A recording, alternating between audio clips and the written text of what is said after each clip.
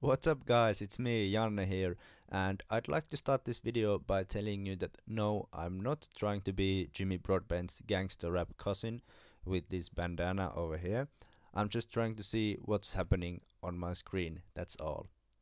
And once upon a time, quite a while ago, one wise man asked probably the most important question in automotive history.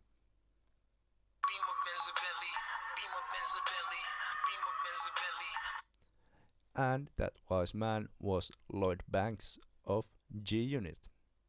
And the question was Beamer, Benz or Bentley.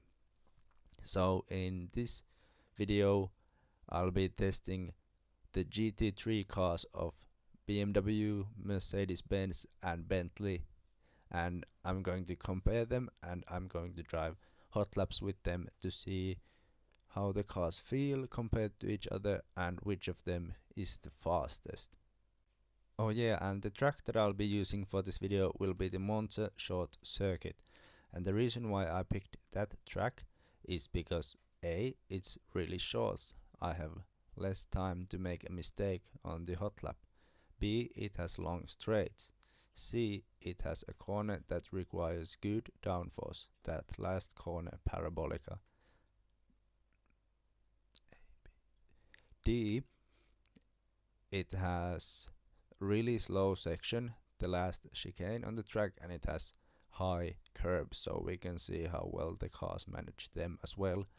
And E, yes, E, there is this semi-slow section when we are going from the main straight to the back straight, so this is pretty much an all-around track if you ask me, and pretty ideal for our test.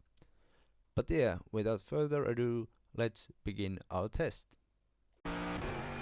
So here we are on the Monza short circuit with the Mercedes AMG GT3 car, and the car is pretty solid and good to drive straight out of the box, and there isn't that many characteristics to the car that would make it really unique.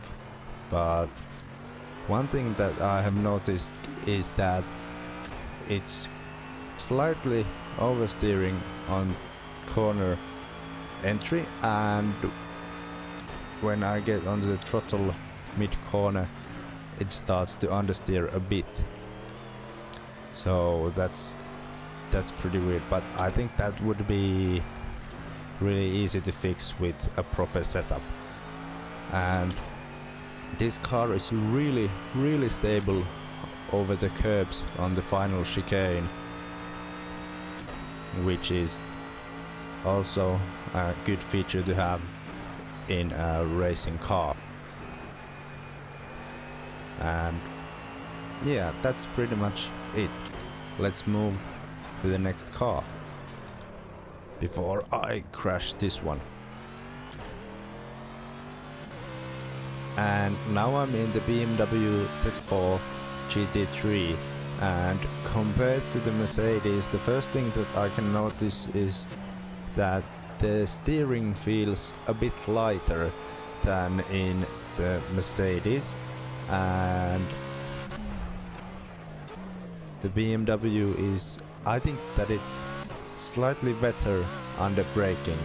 It's a bit more stable and it doesn't give you oversteer when you're trying to steer into the corner while applying the brakes. And this also stops in a shorter distance than the Mercedes, or at least it feels like it. And yeah, there isn't any major understeering with this car with the default setup, and sometimes the rear end can be slightly unstable, but it can be held under control with proper throttle control. And yeah, this is slightly more unstable over these curbs right here compared to the Mercedes, but other than that I feel like this car is better than the Mercedes. And now I'm in the Bentley Continental GT3, and the first thing that we can notice from this car is the fact that the steering wheel is on the right side of the cockpit. So yeah, you can see that this was made by English people, and I'd say that the steering feels the heaviest out of the three, and can't really tell where this stacks up on the braking area between the three cars. I'd say this is better under brakes than the Mercedes, but I think that the BMW is superior under braking, and yeah, there isn't any major understeer issues with the car either, so apparently it's only with the Mercedes, and I'd say that this is somewhere between the Mercedes and the BMW on the way that it handles the curbs. And maybe there's some slight oversteer if you are too enthusiastic with the throttle coming out of slow corners, but this car also feels really neutral and predictable to drive straight out of the box.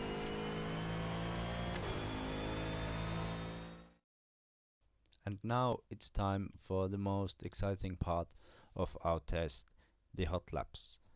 I drove 3 hot laps with each car and I counted the best one. So let's see how the hot laps went. And just like in the question, Beamer, Benz or Bentley, the BMW was the first in here as well. And now we are approaching turn 1, turning in beautifully and keeping a tight line around the first corner. And then the left-hander and the right-hander to the back straight. And from the 3 cars, the BMW's engine sound was the highest pitched. And we are approaching Parabolica soon and going down the gears, and the car is looking really stable through that corner and just managed to keep it on the track. Now we approach the chicane and no curbs are used on that lap, and down the straight, and this hot lap is complete.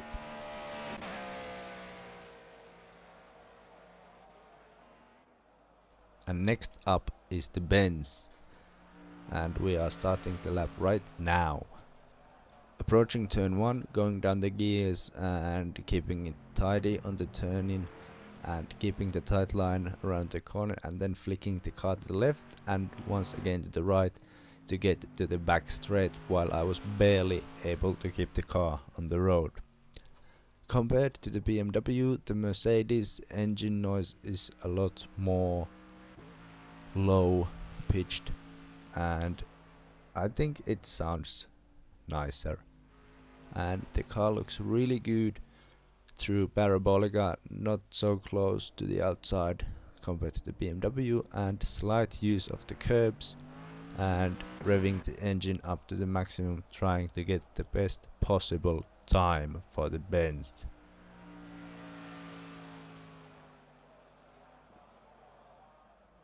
And last but not least is the Bentley, and the lap starts right now and we are approaching turn 1.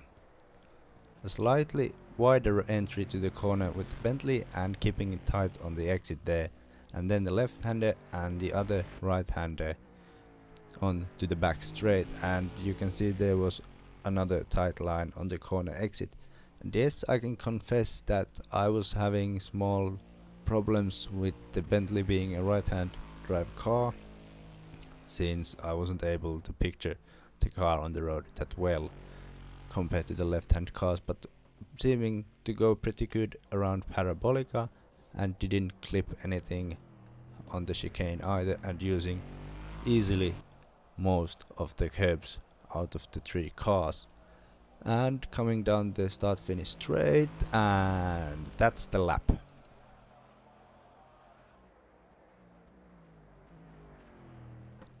And the answer to the question Beamer, Benz or Bentley is Beamer.